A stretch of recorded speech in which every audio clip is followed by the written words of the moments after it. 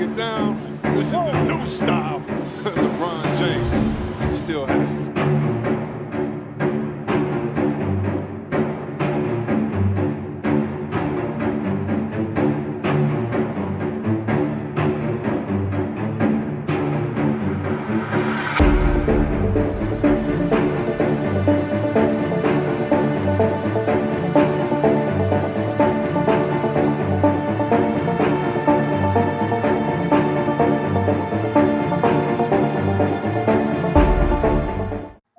What's going on, Sports Alert? And I'm here very happy to say that the draft lottery order is officially set and my Chicago Bulls jumped up to the 4th pick.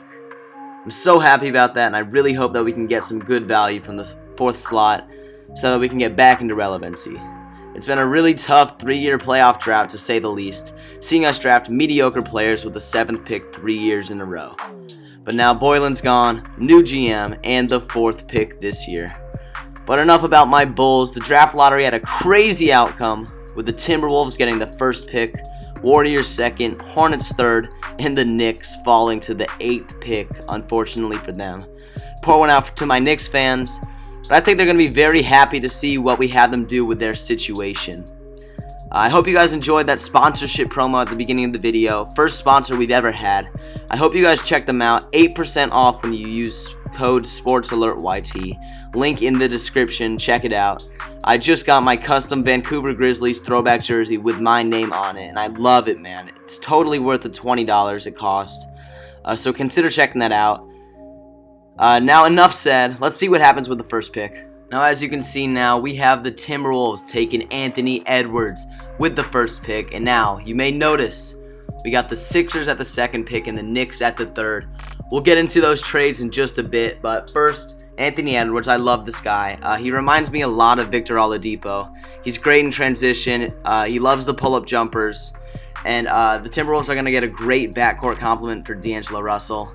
Now, I heard that the Timberwolves may look to trade this pick, but I haven't heard any rumors since, so I'm just going to go ahead and have them keep it. Now, for the 2nd pick, the Warriors trade it to the Sixers, and the Sixers take James Wiseman. This guy only played 2 or 3 games at Memphis, I think, before the NCAA allegations. But he has a 7'5" wingspan. He's going to be an incredible shot blocker. He's agile in the post, and he can shoot threes decently well. And he's going to do amazing things with a Ben Simmons pick-and-roll combo. That's going to be incredible to see. And hopefully they get more shooters on the wing.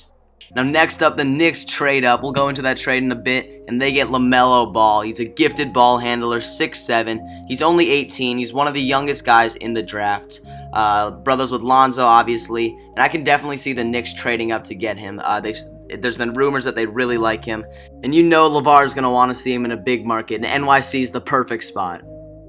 Now, at the 4th pick, my Bulls take Deni Avdija. He's a great playmaking forward who will operate extremely well out of the pick and roll. He's going to do great with shooters on the wing.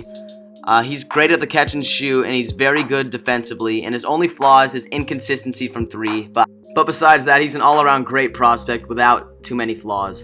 Next up at pick number 5, the Cavs take Obi Toppin. If you saw our other mock, I had the Cavs take him at number 2 before, and they'll be very happy to get him at number 5. He's going to complement Sexton and Garland extremely well. He's great in transition. I'd love to see him go to Cleveland. It's a 3-hour drive away from Dayton, where he went to college. And he's a do-it-all guy. He can shoot 3. He's a stretch 4 or maybe a 3. And he's going to do it all in Cleveland. Now, here's the 2nd pick trade. We got the Warriors getting Joel Embiid. In return, the Sixers get James Wiseman, Andrew Wiggins, a 2022 first-rounder, and a 2025 first-rounder, and the 48th pick in this year's draft. Now, the Warriors are going all in again. They don't seem to really care about their future in this mock trade, giving up 2 first-round picks in the future. And I don't blame them for going all in. I think they can win a title again. They got the same core as they did in 2016, but with a lot less depth. But I think the addition of Joel Embiid can easily make up for the lack of bench presence. Now, the other mock trade we're having is the Knicks are trading up to the 3rd pick. They get LaMelo Ball, and in return, they give the Hornets the 8th pick, Bobby Portis, Kevin Knox, and a 2021 top 3 protected first-round pick. They also get the 54th pick, which was originally the Celtics from the Hornets. Now, you may think it's a little unrealistic and they're giving up too much, but I can really see the Knicks giving up pretty much their entire roster for a big-name guy who can bring more fans to the seats of the Garden. And I think Tom Thibodeau was a great signing at head coach, and I think he's really going to push LaMelo and RJ to the next level. Now, with the 6th pick, the Hawks take Tyrese Halliburton, a 6'5 guard who can guard any wing position, and he's going to be a great complement to Trae Young because Trae Young is hands down the worst defender in the league, Halliburton shot 43% from 3 at Iowa State, and he's very good with the floater game, and he's going to easily rotate in and out with Kevin Huerter off the bench or starting when they need more defense. At number 7, the Pistons take the guy who I think has the least bust potential in the draft, Killian Hayes from France. My NBA comparison for him is Goran Dragic, who is the prototype scoring point guard in the NBA. He's a lefty, he's a tremendous 3-level scorer, and if he can improve his defense, I think he can be an all-star in the league. Next up at number 8, the Hornets get Onyeka Okongwu. He averaged 4 blocks and 2 steals at USC.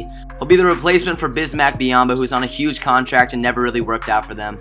My NBA comparison for him is definitely Bam Adebayo, who will be the most improved player. They have a very similar skill set, undersized big man who can play the 4 or the 5. At pick number 9, the Wizards take a guy who has the exact same physicals as Kawhi at 6'6", 225, and he's a very good defensive wing. And if he can develop a scoring ability, I think he can be an all-star. But at the very least, hopefully he can just be a spot-up 3-and-D player. At pick number 10, the Suns take Cole Anthony, a guy who's very good at drawing contact. He's pretty similar to Devin Booker, but a lot shorter at only 6'2". He struggled at North Carolina, but I think he can be a very good player in the league. At pick number 11, the Spurs grab a 3-and-D wing in Devin Vassell. My NBA comparison for him would be a Harrison Barnes, Otto Porter type player. But he's very good defensively. He's very good in the mid-range. He's not the best finisher, but I think he's going to be a very solid player for the Spurs. At number 12, the Kings take my favorite player in the draft in Patrick Williams. He's the definition of a glue guy. He's 6'8", but he excels at guarding smaller players. And this guy could be the secret weapon for the Kings in stopping guys like LeBron, Damian Lillard, James Harden. I'd love to see him go to the Kings, and I think he'll improve their defense immediately. At pick number 13, the Pelicans take the best shooter in the draft. He shot 50% from 3 at Vanderbilt. Another one of my favorite players in the draft. He only played 14 games in college, and I think he can provide a spark off the bench for the Pelicans. At number 14, the Celtics take Precious Achiuwa. He's a very raw talent. He played very well at Memphis. He's a very raw guy. He's kind of like Giannis when he came out in 2013. He's not going to help the Celtics right away. He's going to be another project player for them. And obviously the Celtics are contending. They're probably going to make the Eastern Conference Finals this year. So they're willing to take the risk. At number 15, the Magic take a guy that I really don't like, but he fits their team needs at point guard because DJ Augustin's getting old. He's super consistent and a bad defender, and he's not good at finishing at the rim. I think this guy's going to be a bust, but the Magic will ride with him. Last season, the Blazers showed that they valued shooting a lot, so at number 16, I'm going to have them take Saddiq Bey. He can play a 4 or maybe even a small ball 5 for them. He's kind of like Kevin Love. Not great on defense, but he shot 45% from 3 at Villanova. He's going to be a very good spot-up shooter. At number 17, the Timberwolves take the stretch 4 out of Washington, Jaden McDaniels. Very good shooter. He's 6'10", but he usually plays the power forward position. I think this guy's going to be a great complement to Cat, and I think he operated very well in the screen and roll last year at Washington, and he'll be great with Anthony Edwards and D'Angelo Russell. Number 18, the Mavericks take the 6'3" shooting guard Tyrese Maxey. He's a very good 3-and-D player.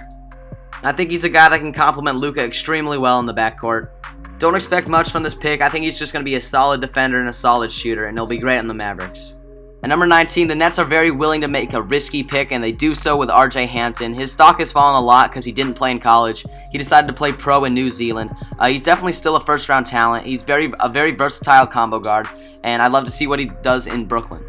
At number 20, the Bucks take Josh Green, a very good 3-and-D player. Wesley Matthews has only one more year on his deal, and he'll be a great replacement just to plug in and play good defense and shoot well from the field.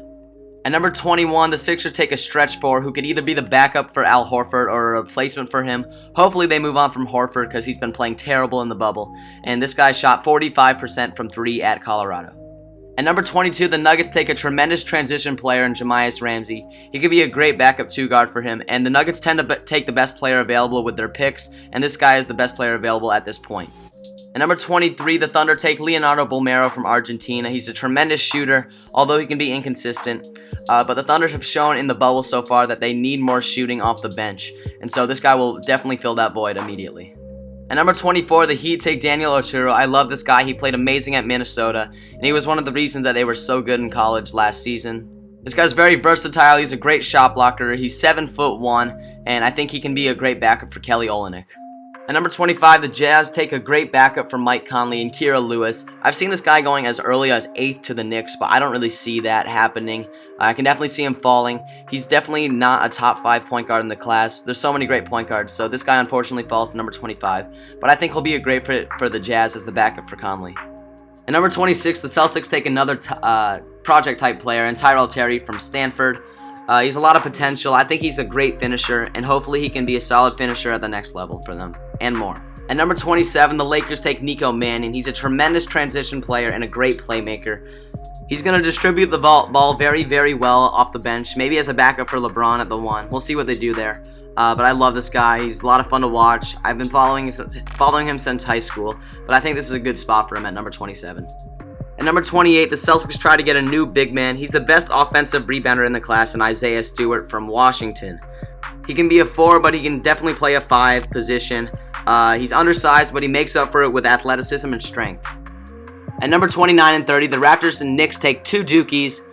First, the Raptors take Cassius Stanley, who could be a decent backup for OG Anunoby, but he needs to improve his defense if he wants to stay with the Raptors. And the Knicks take Vernon Carey Jr., an undersized 5, who played honestly very, very poorly at Duke, fitting perfectly with the other low IQ boneheads in the Knicks organization. Thank you guys for watching till the end. Hope you guys liked the video. Let us know anything you changed in the comments below. And be sure to get yourself a jersey for only $20 using our code in the description. Peace out.